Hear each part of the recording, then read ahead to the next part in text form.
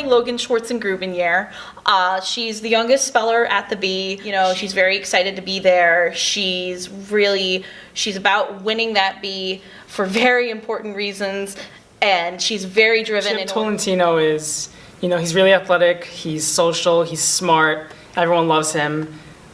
His parents are really supportive of him, but he's also very like Marcy, where he's athletic and social, but he doesn't play games. He won last year, and he's kind of coming back to reclaim his title in the 25th Spelling Bee.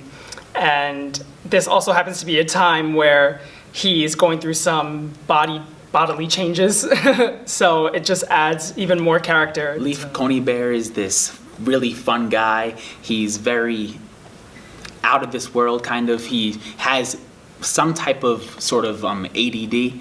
He's a very fun character to play. He loves interacting with people and loves getting to know people. Marcy is really cool because she does it all. She speaks 6 languages, she plays every sport there is, she plays instruments, she dances, she does everything. She does everything perfect, and she does it with ease. Everything is easy for her. So she comes from a very strict household. Her family expects perfection, and so she produces perfection.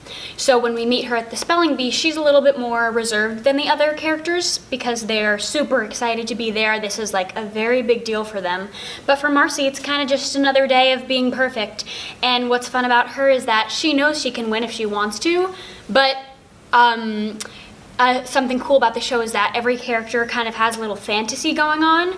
So when Marcy has her fantasy, she discovers that she doesn't want to be perfect anymore. So we get to see who Marcy really is. So we meet her at the beginning and she's kind of reserved, and then she just lets everything go and throws caution to the wind and just explores her own freedom, and then we see who she really is, and she's super fun, and she teaches us that being perfect is boring. I think it's definitely a fun, good time, but I think there's definitely a sort of nostalgia behind it, because even if you weren't a kid who was in spelling bees when you were younger, I did one once, but even without that, I think it's a show that everybody can relate to, because everybody at one point went through adolescence and went through the things that the kids are going through in the show. It's really cool not having that fourth wall because it's super interactive, so it's like you're an actor and you are on stage, but you're also part of the spelling bee. Like, these are real people. So when I get on stage, it's just like I'm Chip.